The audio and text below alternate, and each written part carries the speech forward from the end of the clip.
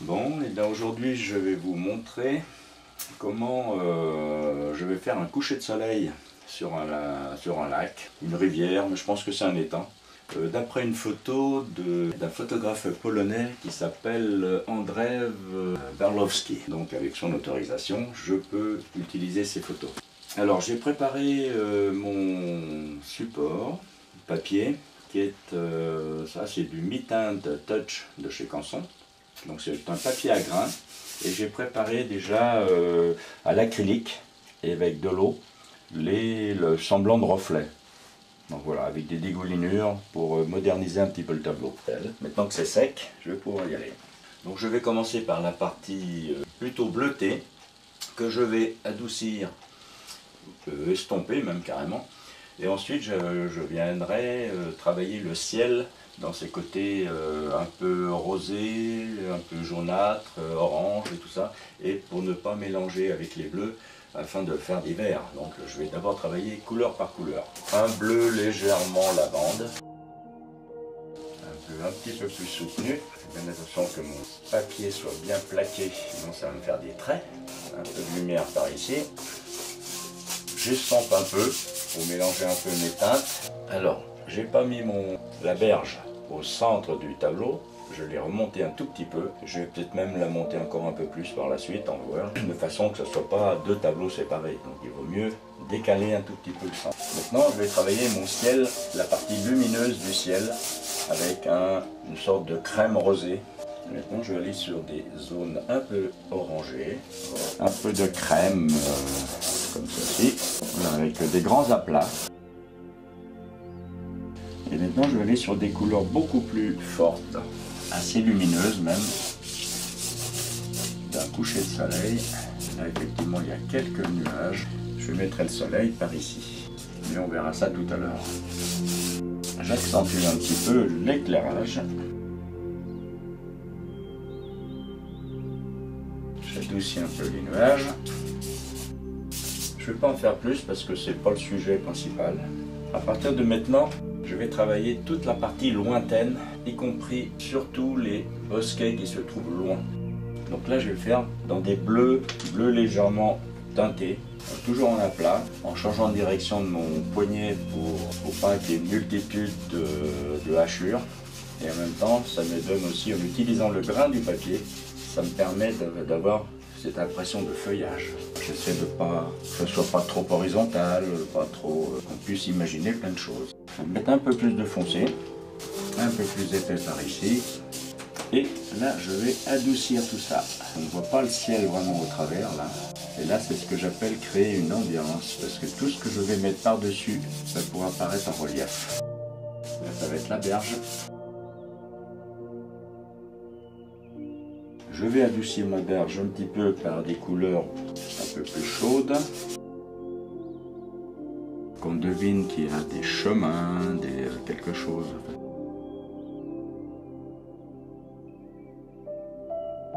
Un petit peu de brume dans le lointain.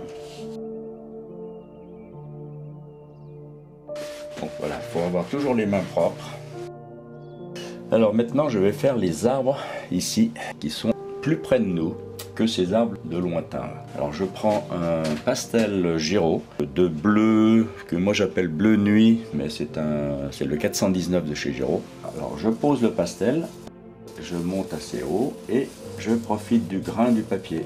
Et je pense que ce sont des arbres, donc voilà. Ce qu'il faut, c'est surtout changer de direction du pastel pour ne pas avoir trop de hachures. Je caresse le papier, là j'en mets pas trop parce qu'il va y avoir le soleil par ici. Je pense que mes arbres ont des branches, c'est pas des arbres en boule, il faut éviter de faire des arbres en boule de préférence. Et ensuite je mettrai les troncs, à condition que je sois sûr que toute cette partie-là soit terminée.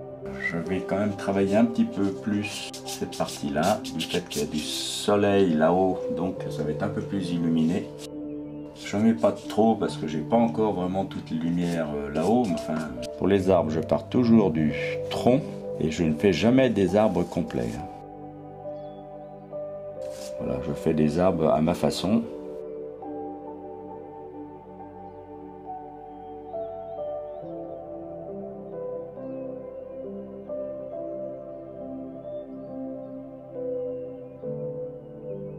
Comme ça, j'ai l'impression, en mettant des arbres de cette valeur, j'ai l'impression de voir la brume derrière et ça me donne du relief. Je plante mes arbres simplement au doigt comme ça, quitte à remettre un petit peu de feuillage sur mes troncs. Là, je ne vais pas en mettre tout de suite parce que il va y avoir mon soleil et je vais sans doute couper mon soleil par les arbres, mais je les mettrai après. Il faut imaginer que ces arbres sont loin, donc ils sont forcément fins. Donc là, c'est simplement le poids du pastel qui font que j'utilise l'arête. Des endroits j'appuie un peu plus que d'autres, des fois pas du tout. Bosquet d'arbres peut-être. Je m'assure que tous les arbres ne soient pas tous à égale distance et tous parallèles entre eux. Alors pareil, un petit coup d'ombre pour les planter. Ils sont un peu dans la brume d'ailleurs, donc voilà. Donc j'ai une multitude de petits arbres là. Je remets un petit peu plus de feuillage. J'ai mis déjà des reflets à l'acrylique, donc voilà, il faut que ça corresponde à peu près. Alors ma berge, toujours un petit aplat comme ça, je la fais légèrement plus soutenue, même si je lui mettrai de la brume par la suite. Il va y avoir aussi quelque part par là un bout de berge, mais moi la berge je vais l'avancer un petit peu. Il va y avoir forcément le reflet de tout ça par la suite. Alors à partir de maintenant, je vais placer mon soleil et ensuite je vais pouvoir travailler les reflets. Je vais rééclaircir un petit peu. Et mon soleil, j'ai dit que j'allais le mettre quelque part par là. Ça, c'est la lumière qui est autour. Le soleil, il a un côté un petit peu jaune autour. Et puis de la lumière. J'utilise un quasiment blanc de chez Sennelier. Très tendre.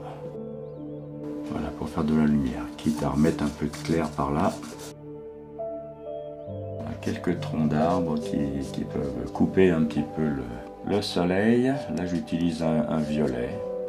Voilà, maintenant tout ce que j'ai là, je vais le refaire dans l'autre sens. Je remets ma berge à l'envers. Je mettrai un peu de brume. Maintenant, je vais travailler les reflets à la verticale.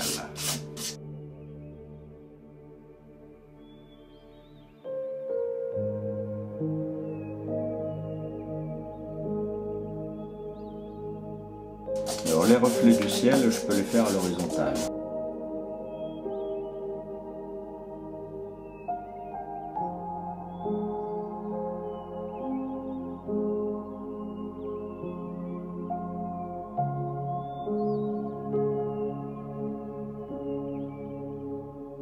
Je descends un peu plus bas, ici, parce que cette longueur-là, ici, je dois la retrouver là, c'est-à-dire de descendre au moins jusque là. Même si je n'ai pas la bonne couleur, c'est pas grave, je reste dans ces couleurs-là.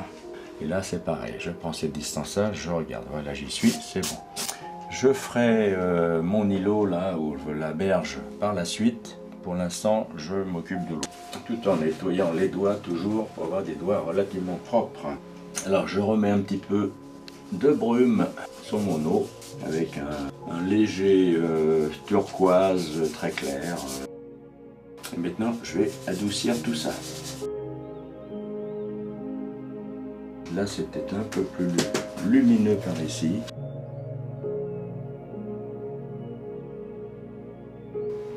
Et maintenant, les reflets dans l'eau.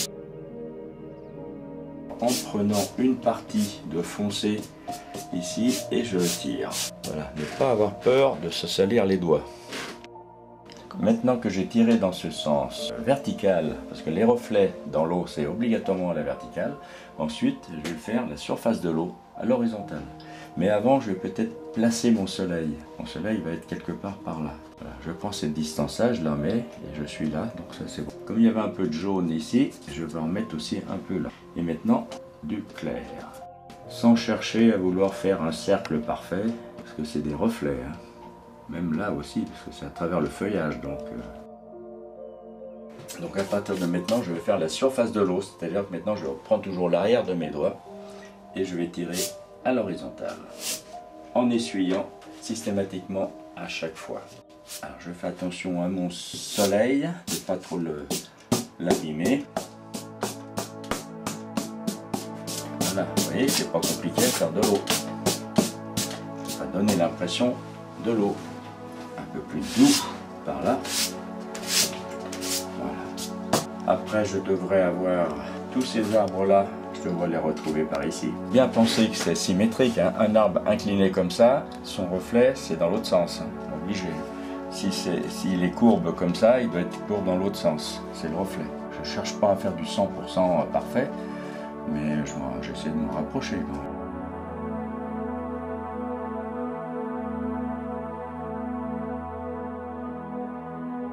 Ce que je vais faire, c'est que je vais faire apparaître la lueur du ciel par ici pour agrémenter un tout petit peu, et en même temps je vais en profiter pour faire ressortir en négatif. Voilà, là il y a un tronc d'arbre, un deuxième. Alors, je fais attention de ne pas en mettre de trop. Voilà, c'est pour alléger un petit peu l'ensemble. Là on voit une ouverture sur la lumière.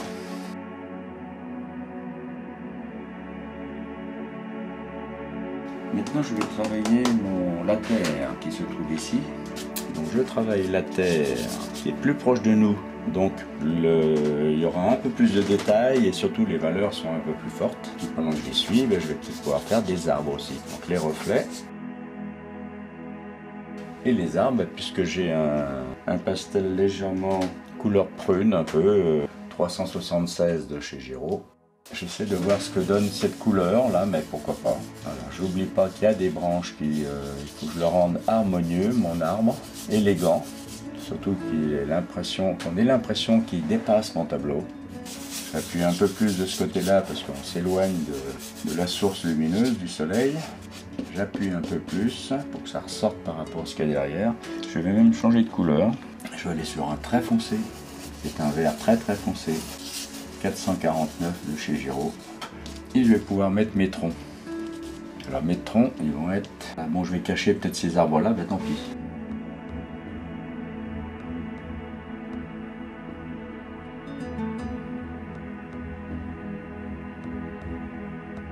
Voilà, je fais toujours des arbres interrompus pour alléger justement l'ensemble. Au départ, j'appuie et puis après je soulage un petit peu. Et surtout, jamais avoir des arbres 100% verticales. Ou un éventuellement, mais surtout pas tous. C'est pas parallèle entre eux. Je remets un peu de feuillage. Voilà, 3 arbres. Je vais y mettre un petit peu de lumière sur les branches, parce qu'ils prennent un peu la lumière du soleil, même si c'est pas vrai sur la photo, mais moi j'ai envie de le faire. Voilà. Même sur les troncs. Je n'abuse pas de trop. Mes arbres, je les plante toujours en tirant côté opposé à la lumière. En même temps, ça leur fait des ombres. Et je vais même rajouter de la lumière ici. L'ombre projetée des arbres. Voilà, à partir de maintenant, puisque j'ai fait des arbres ici, mais il y a forcément les reflets des arbres. Je remets les reflets toujours de préférence à la verticale. Je fais attention s'il y a des branches, je les retrouve ici, à la même distance, par rapport à l'endroit où se trouvent les troncs d'arbres. Ça me fait une ligne, et cette distance-là, par exemple, je dois la retrouver ici. Cette branche-là, je vais la retrouver ici. Alors, même si c'est pas exactement pareil, personne n'ira vérifier. Hein. Mais il faut en tout cas pas que l'œil puisse voir trop de défauts.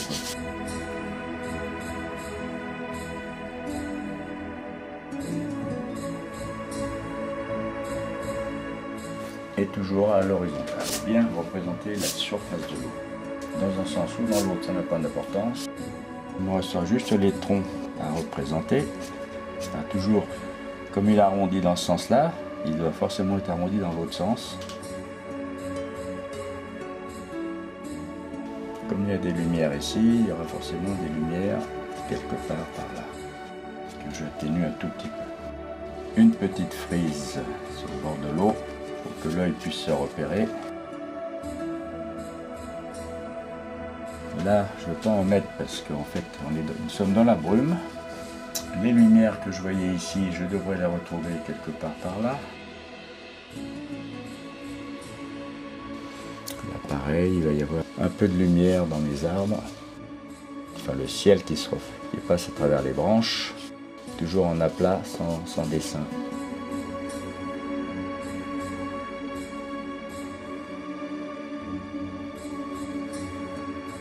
Donc là il y a des nuages dans le ciel qui prennent un peu la lumière, qui doivent forcément se refléter dans l'eau.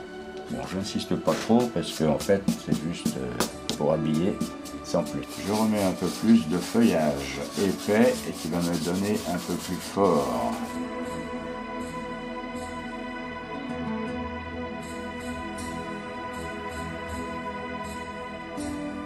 Je ne veux pas non plus en mettre de trop parce que je risque d'attrister un petit peu mon tableau et c'est pas le but recherché.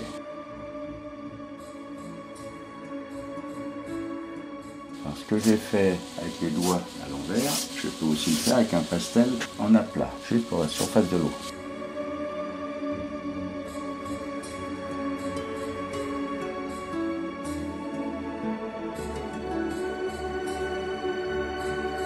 Un petit peu la berge par ici pour lui donner un peu plus de présence. Là il y a de la brume donc je ne vais pas trop le faire. Un petit peu de couleur. Là aussi. Alors je trouve que ce tableau il est un petit peu nu, donc je vais rajouter un premier plan. Parce que là le premier plan je voulais que ce soit la lumière et le reflet dans l'eau, mais la zone me paraît un peu trop grande. Donc je vais rajouter quelque chose. Avec des roseaux, des herbes, pour attirer un peu le regard vers nous et surtout éloigner le reste. Je fais de différentes couleurs.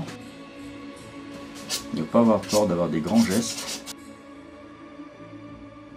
Un peu de lumière par-dessus.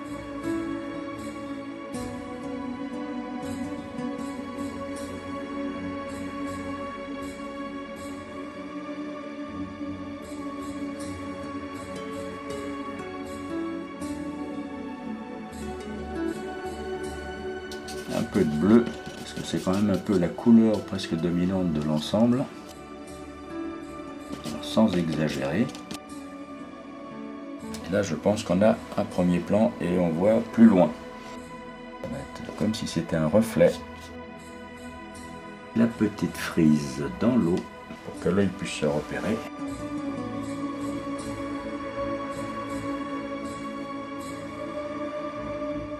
Et qu'on peut signer avec des gros pastels.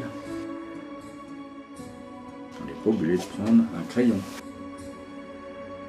J'atténue un tout petit peu ma signature pour que la valeur soit à peu près, soit pas supérieure à tout le reste. Et un petit peu de lumière comme ça, juste.